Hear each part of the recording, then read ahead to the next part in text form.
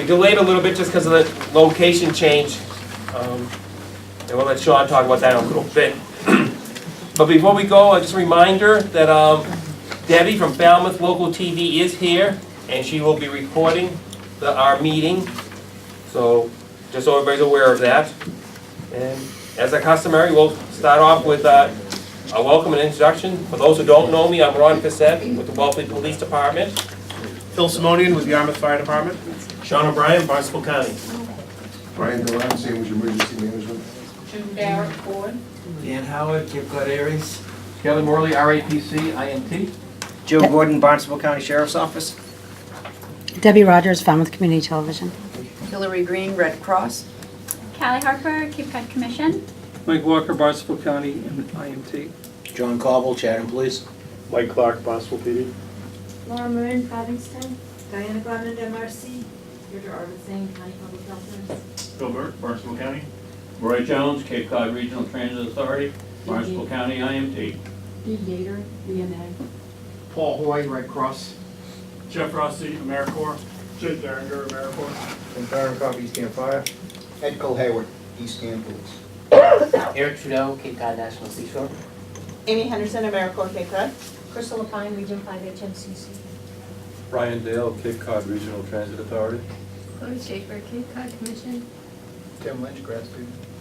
Amy Alati, Barnstable County Emergency Planning. Rachel Potts, MEMA. Chad Abson, Falmouth Fire. Jeff Tavares, Falmouth Fire.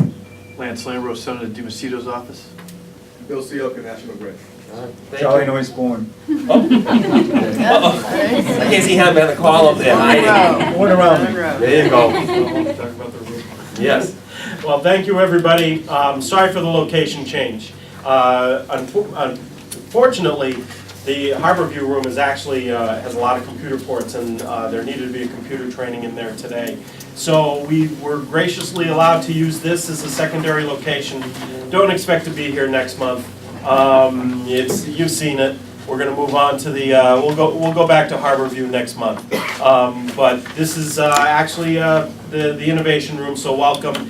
My apologies. It does get a little warm, but I think we have windows open in the back, and it's a little like being at the old garden or at Fenway Park. We do have obstruction seats too. So it's always a good time. So.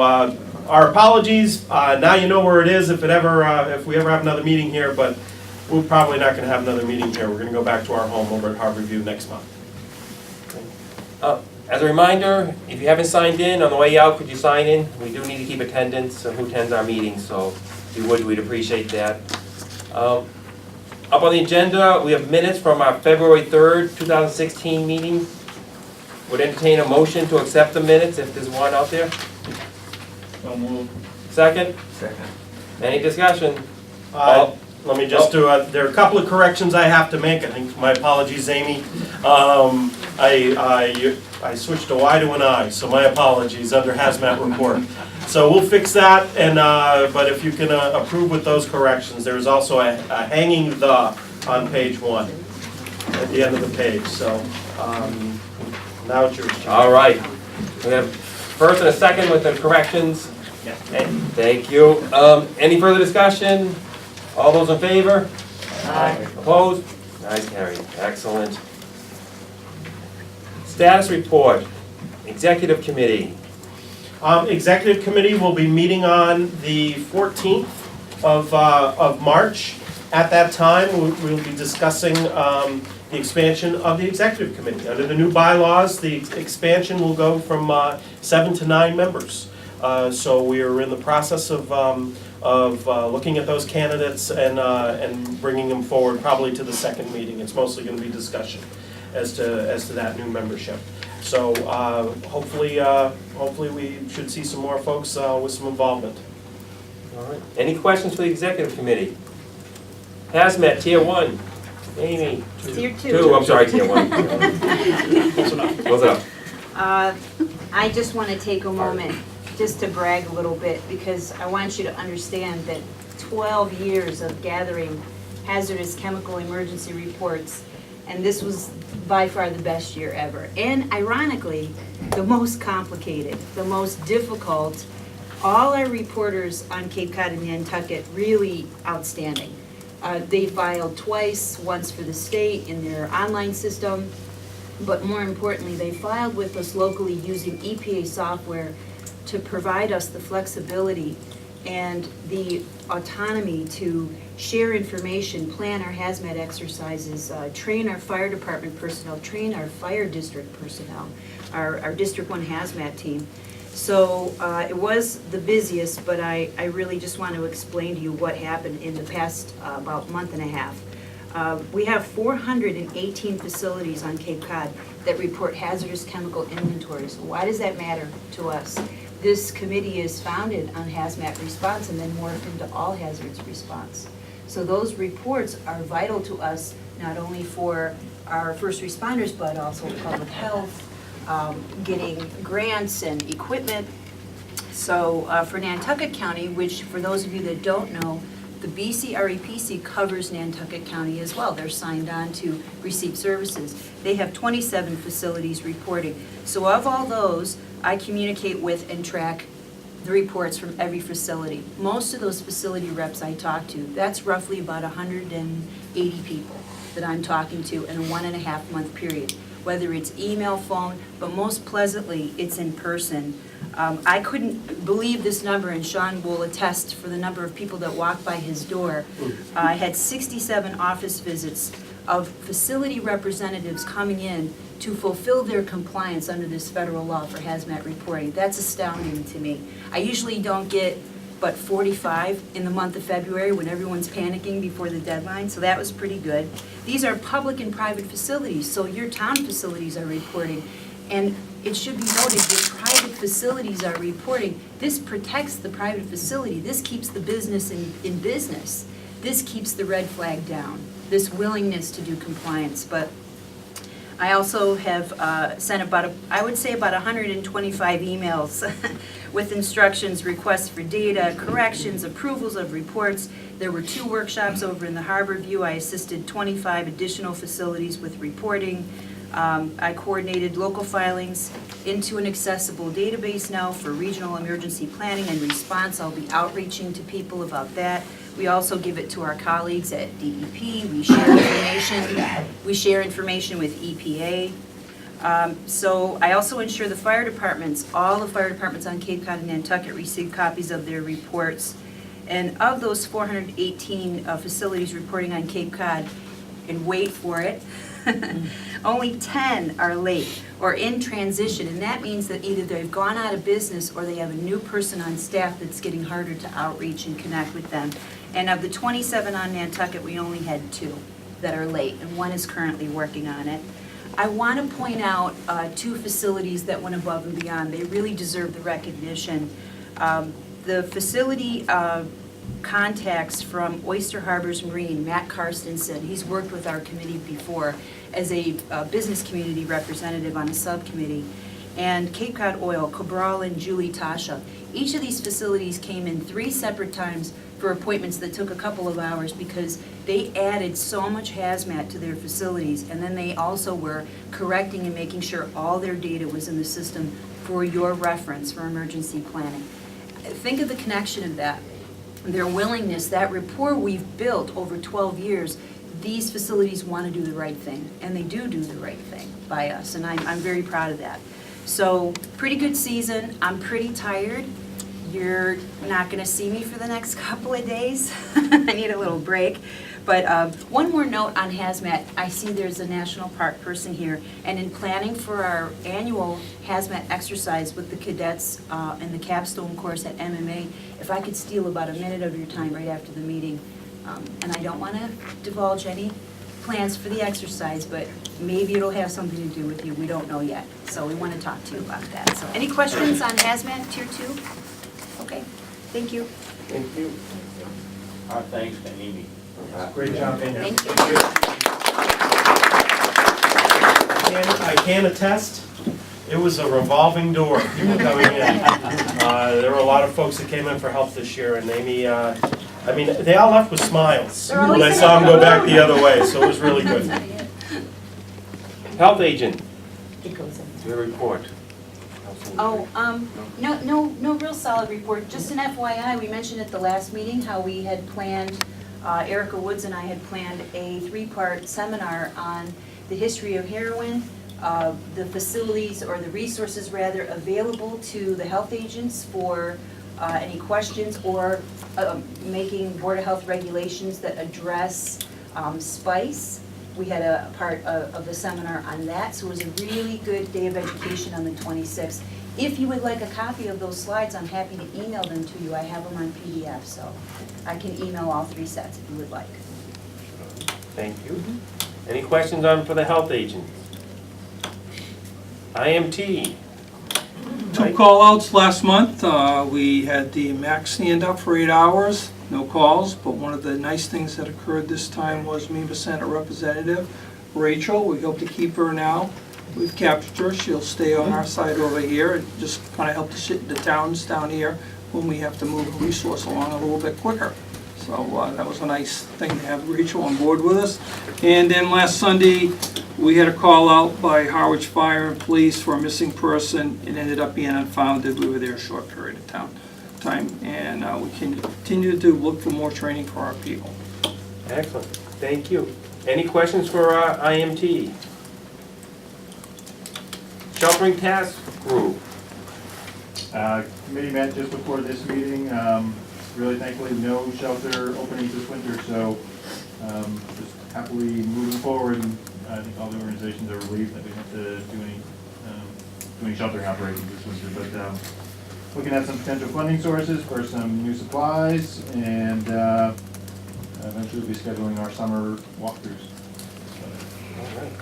Any questions for the Sheltering Task Group? Excellent. Red Cross. Good afternoon. My name is Paul Hoy. You're probably used to seeing Ellen Rosano here. Ellen has left the Red Cross for health reasons. We'll be looking for a permanent replacement in that role. We call it a disaster program manager. I'm taking the role on an interim basis for the next 2 to 3 months until we get somebody on board and also bring them up to speed from a transition perspective. So I have a 4-year tenure with the Red Cross. I've been a volunteer. I've been active on the Cape and logistics, so many of the teams that you see, I support them behind the scenes as a logistics lead. So I'm new in the role, but pretty up to speed on what we do from a Cape disaster support. We are looking, as I said, for some time, full-time in that role, so if anybody knows of any candidates, we'd love to talk to them about that. The most recent activity we had was gearing up for the February 7th storms. As you heard, we did not have to open any shelters here. We did open one in Plymouth, so it did give us the opportunity to do our call-outs, our stand-ups. Even though we're on the Cape, it was a good exercise to staff and run a shelter for, we were open for about a day down there. In terms of volunteer updates, region-wide, which is the state of Massachusetts, we have a goal this year of increasing our shelter manager capacity by 25%. So we're tracking well toward that.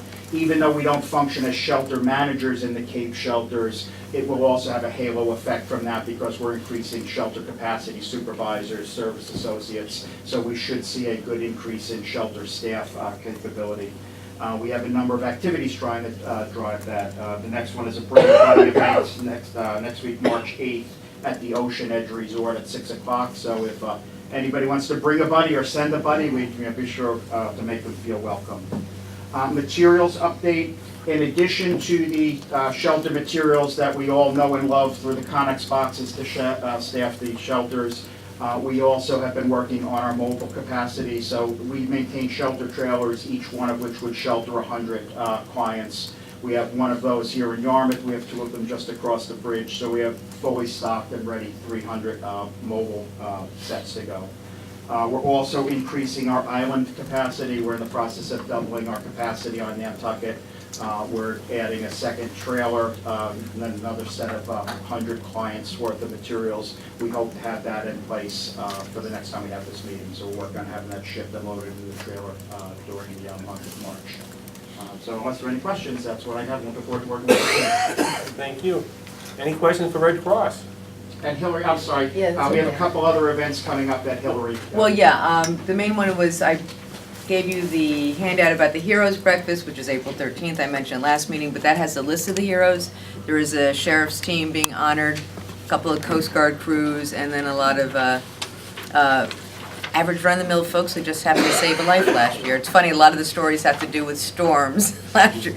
Oh, they rescued this person, you know, there was a big storm, so you might remember last year as a little stormy. So the thing we forgot to put in the flyer, which we will add, is how to get tickets, but you can either contact the chapter house or go online and search for it. But anyway, I apologize. But I hope to see there are a lot of former heroes in this room, so please spread the word about the event and who's going to be honored. Thank you. Any questions for Red Cross? All right. Mima? We don't have any updates. No update from Mima. None. Excellent. The Open Cape Liaison Task Group. Yes, I think we gave an update last meeting. We have not had a meeting since, but we have a tentative date scheduled. But Chief Kohaywick has been working with a vendor to come in and talk to us a little bit about dash cams, body cams, data management. And I think we're also looking at somebody to also come in and talk to us a little bit more about 700 megahertz and FirstNet. So I think we're going to have to change the date in order to make it work. So we'll be able to give a report at the next meeting. Any questions for Open Cape? Citizen Corps. Cape Cod Citizens Corps Council completed the final edits to the Senior Emergency Preparedness Reference Card. That is about half sheet, looks like that, and it's got a magnet on it, or it will. And our good friends and colleagues at the Barnstable County Sheriff's Office print shop are going to be printing those up. And we are going to be assembling them and distributing them in the next year. This was part of our initiative to help educate and prepare our senior population. And in coordination with that, we are planning public education events and seminars to start distributing. So when those are final, I imagine we'll bring a batch here to the meeting for your distribution, put out at your stations. It's got real good information on it, very straightforward and concise, and has room for them to put down not just emergency numbers for their family communication plan, but where their shelter is, which is very important. So, Very good. any questions? Questions? None. All right. Aries. Since the last meeting we had, I mentioned last time that we had some issues with antennas on this roof, and I'm told that that's underway and being put in place, which is good. Also, I had mentioned that we're a little short of help, and we've added one more person to the team since last month, which is a plus for us. Everything else is fine. We're ready to go. Excellent. Excellent. Any questions for Aries? All right. Sheriff's Office. Yes, on Sunday, the S-39 command vehicle did report down to Harwich. So just so you know, Ralph Swenson's busy doing a lot of the software upgrades on that vehicle.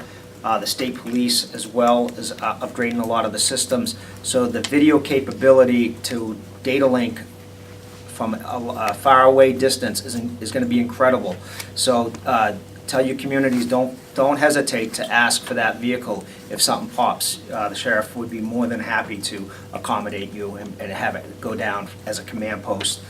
And then the other thing would be, we're going to start a new CERT class at the end of this month on Wednesday night at Mass Maritime Academy. It's going to be open to the public, but we're going to try to drive that to their undergraduate emergency management students. Excellent. Very good. Any questions for the Sheriff's Office? PIO. Moving ahead on the shelter video series, making good progress. Excellent. Thank you. Any questions for the PIO? All right. And moving on, we have sorry, you want to introduction? Sure. As you know, whenever we go into inclement weather events, we have a lot of folks and a lot of partners on the phone call with us. Sometimes it's actually good to place the face with the name. And so we wanted to just take this opportunity. Alan Cummings, who is the regional director for you're with Verizon, was able to come in and just kind of give a quick introduction. She's been working with us, and she's our conduit should we have any emergencies with hardline phone systems and also wireless? Yes, I do. And wireless as well, should there ever be an emergency where we lose these assets. So just felt it was important for Ellen to come on in and say hello. Good afternoon, thank you for this opportunity, and yes, it always is good. Sometimes I speak with people on the phone, even with my company, for like 10 years, and then we finally meet.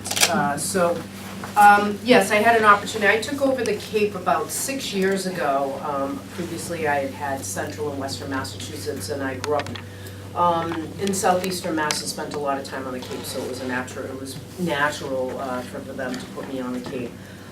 So I'm quite familiar with a lot of the situations that we can face with storms, very unique situations, for example, like we faced last year in Nantucket. You know, I just wanted to come out and introduce myself. Very happy to make the connection with the public safety and the public. I am going to stick around after the meeting. If there are any municipalities, for example, that want to connect with me, I did put together an information sheet of contact numbers and whatnot if you have an emergency and different emergencies. For example, if a car gets in an accident, hits a pole, that we have a certain number set up for you for that. That's manned 24/7, etc. If a circuit goes down compared to a POTS line, I have a direct number for you to call into and open a ticket, for example. Because I want to be here. If the municipalities are having problems and you do need to have something repaired, I'm more than happy once it's reported. And it is important that you do call in because we do need that contact information, access, etc. I'm more than happy to escalate everything for the municipalities, and I am a conduit for our wireless side of the business as well. So again, thank you for the opportunity. I'm going to hang around, so if anyone wants to connect with me after the meeting, that would be great. Thank you. Anybody have any questions for Ellen for the group? Or? Well, I just want to say, Ellen has been great, and she's been a fantastic contact for us to have. Back during NEMO, I think we were on the phone quite a bit because we actually did lose some copper phone lines in some of the town halls and some of the police stations, etc. And Verizon was very responsive, and we owe that to Ellen. So, you know, I just want to thank her for coming in and introducing herself as one of our partners that we use during every event. So thank you, Ellen. Oh, thank you. I appreciate the partnership. Thank you. Next up we have Callie Harper. She's going to talk about engaging the community in hazard planning. So, all right. Now, slide out of the way. Yep. Don't go too far. Here, the chair over there for you.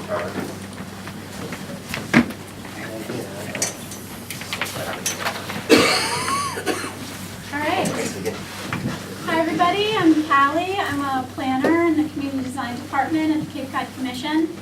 I do a lot of things, but one of my primary roles is to help the towns on Cape Cod update and develop their hazard mitigation plans. These are the FEMA-approved hazard mitigation plans. Today we're going to talk about a couple of things. It's a very short presentation. We're going to review elements of those hazard mitigation plans that are active in the towns. We're going to talk about, I'm going to give you a status update of who has a hazard mitigation plan on the Cape. I'm going to talk to you about hazard profiles and developing that, and then I'm going to ask you for some comments on elements of that hazard profile. So there are really three fundamental parts of a hazard plan. There's data, there's an action and accountability piece, and then the most important is the public engagement piece, which is what we're going to be talking about today. Really quickly, in the data section of the plan, there are four main tasks that the town is asked to do.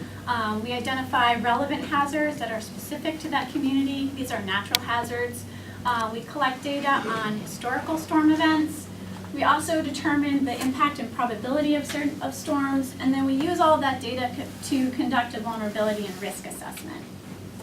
Another part of the plan is the action and accountability section. That's when the town is held accountable for the mitigation actions that they have in their previous plan. So they go ahead and say what they've done and what they haven't. It's not a judgment call, it's just have you done it? And if you haven't, why haven't you done it? What was sort of the barriers or blocks to doing that? And then there's a town capability assessment, which is FEMA requires that the town create a list of what they're capable of. A good example of that is trainings that you guys have done, or participation in the Bcrepc, or cleaning out storm drains, things of that nature. And then you developed new mitigation actions for the next 5 years. And those are the actions that the town is able to apply for FEMA funding for once this plan is approved. The last phase is the engagement piece, and engagement occurs at 2 different times in the planning process. It occurs actually during the actual planning process, and then once the plan is developed. Who exactly is engaged? There's a couple of different groups that we seek out. One is the public, one is stakeholders, and the town develops that list of stakeholders. And then lastly, neighboring towns. So that's really the reason why I'm here today, is because I'm hoping to, by presenting, we will be fulfilling that neighboring communities requirement. So why is hazard planning important? Just really quickly, I know you guys know this already, I'm kind of preaching to the choir here. It protects people and property, that's the #1 reason. Another reason is that once you have an approved hazard plan, you become eligible for FEMA hazard mitigation assistance. That's specifically the HMGP, Hazard Mitigation Grant Program, the PDM, the Pre-Disaster Mitigation Program, and then the FMA, the Flood Mitigation Assistance Program. A few weeks ago, Shannon from the Extension came and talked to you about the community rating system. Also, by doing a hazard plan, towns can get credit to increase their score in the CRS. So there's a lot of reasons to do a hazard plan. Just as an FYI, as far as technical assistance for this FEMA funding and for the CRS, the Cape Cod Commission has provided technical assistance to the towns as well as the cooperative extension. All right, going on, status update on towns on the Cape that have a hazard plan and what process or stage that they're in. First, Falmouth and Provincetown have submitted their plan to MEMA.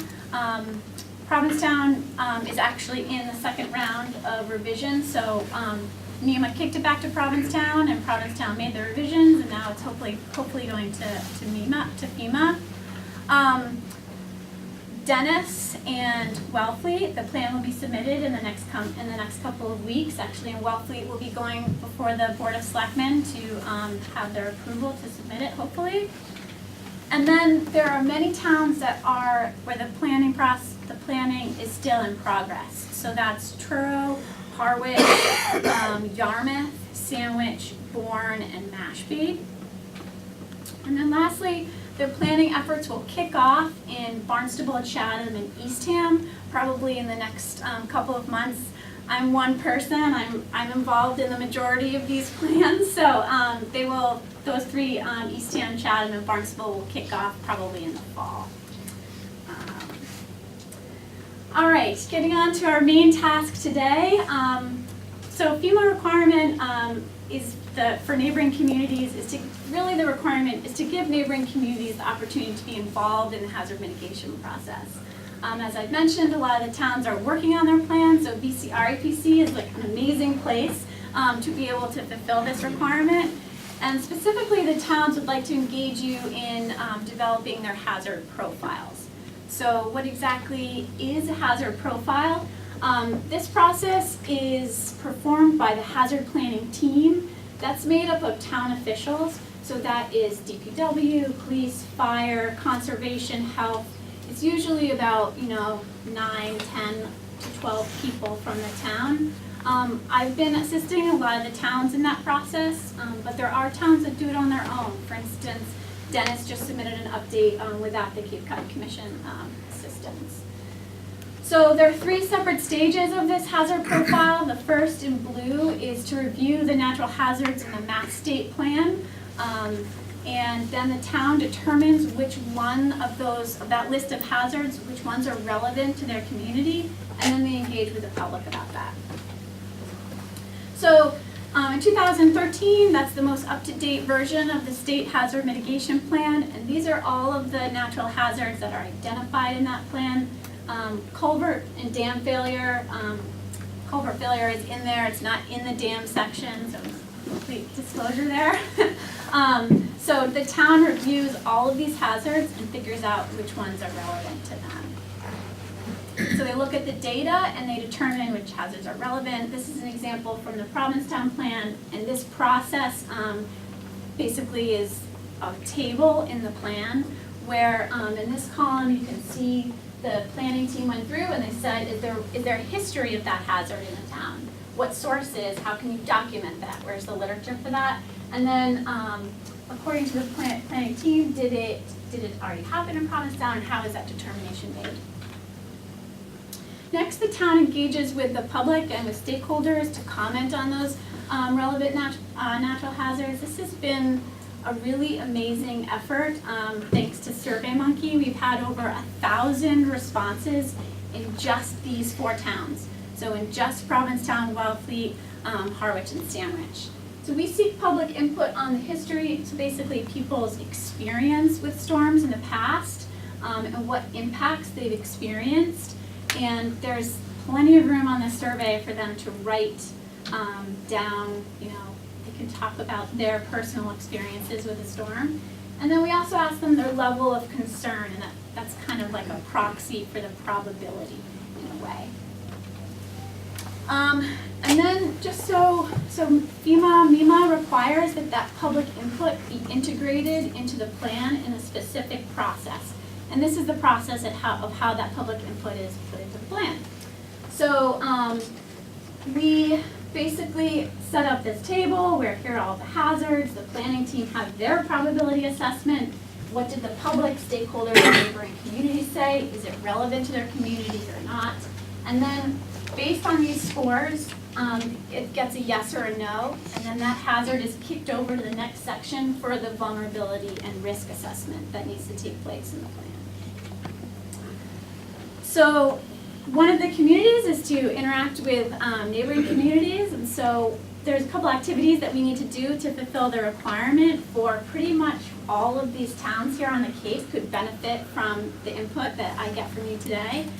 There's 2 activities we're going to do. One, hopefully, if people are energized, discuss some of the relevant hazards on Cape Cod. And then I've also developed a survey on SurveyMonkey that I'm hopefully, you guys could fill it out on your phone right now if you wanted to. It's only three questions. Trying to appeal, you guys are always on your phone in an emergency, so hopefully that'll work.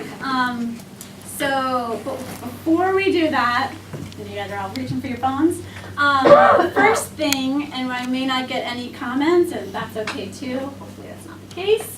So our first activity is to discuss hazard relevance using your local knowledge. So think about Cape Cod, think about your experiences, and then take a look at this list. And are all of these hazards, these natural hazards, relevant to Cape Cod? That's my first question. So erosion and shoreline change, dam and culvert failure, earthquake, both types of fires, wild and urban, flood, hurricanes, tropical storms, landslides, nor'easters, high winds, thunder and lightning, extreme temperatures, hot and cold, tornadoes, drought, severe winter weather, that's blizzards and ice storms, tsunami, and sea level rise. Do you guys see any that are missing? Would you like to add any? Callie, where do we have dams? In Sandwich. You want one, Sean? No. Yours. And also based on some of the research that came out of Tropical Storm Irene, that the culverts in upstate in New York, I think, acted like dams. So once they became clogged. So we've been profiling that in town plans. Are you looking for us to remove any from that list, or? Or add, or say it's I'm okay. not sure earthquake is a major worry. So that doesn't keep me up at night. Mm-hmm. And tsunamis probably too. Exactly. Yep. Landslide too. Landslides, okay. Tornado? Could happen. I never say never, but Western Mass had that one, but I don't see it being Well, we did have a warning down here issued last year, year. so it could happen, it's not that frequent, but. One of the things that I'm going to ask you guys to do on the survey is to assign a high, medium, low impact. and high, medium, low probability. So we'll be able to tease out of this list a little bit more data from you guys. Any missing, meaning these are all the hazards in the Mass State Plan, but they're, high wind could be associated with any type of event. Is there something like that that digs a little bit deeper that you don't see on this list? What, man-made? No, we're only working on natural hazards. Okay. I think Chief, maybe you mentioned that or was shown about dams. So which ones affect only a few towns, and also you mentioned tornadoes. So with that. All right. So the last thing is a survey monkey that I've created. It's really simple. It's only 3 questions. I even customized the link for you guys, so you could do it right here. It's surveymonkey.com. I can't change this, so it's /R/BCREPC. It's 3 questions. One's on impact, one's on probability, and then the third one is what town are you from? That becomes really important when I start drafting these plans, because we need to be able to say for a town plan which towns have participated in that. So it becomes very important to know what town you're from. If you're from the county, there's also a space for that too. So it took me about 5 seconds to take it, so hopefully you guys will take it. All right, here's my Callie, excuse me, do you want, you just want towns and county, you don't want any agency input, like I'm Red Cross? Yeah, right? agencies can take it too. Yeah, Okay. Red Cross can go ahead and do it too. That would be great, or any other utility companies would be great. So here's my contact information, my phone number and email. Feel free to reach out to me. And if you have any questions, comments, you guys know where I'm at. All right, thanks. Again, any questions for Callie? She's here. As one who has worked with her on projects and things like that and doing our plan, it's been a pleasure to work with her. She brings a lot of technical expertise that I'm sure my plan would never have had if it wasn't for Callie on board, but she does spearhead and take it on. So if you haven't had a chance to work, I'm sure I'm preaching the choir here who have worked with this, so thank you. Yeah, so thank you guys for fulfilling that requirement for the town. That's great. Callie, just a quick question. I guess MEMA has announced grant opportunities for the Yes. towns as well. Yes. Do you mind taking a few minutes for what they could be eligible for and what they may not be eligible for? So I think you're probably talking about the HMA grants that are available. Yep. And that funding is available to the towns only if they have an approved hazard plan at the time of the application. I think the deadline is in September, I think. I can't remember, but we do have quite a few town plans that are expiring in June. Provincetown will most likely not have any lapse in plan, but, and I know Barnstable and Chatham are working really hard to not have their plan lapse. But it takes FEMA about 6 months to review these plans. So there still is a chance if you get them in, well, the plan is still active, but the majority of the towns don't have an approved plan as of now. So, yeah. Sorry to bear bad news there. We will soon.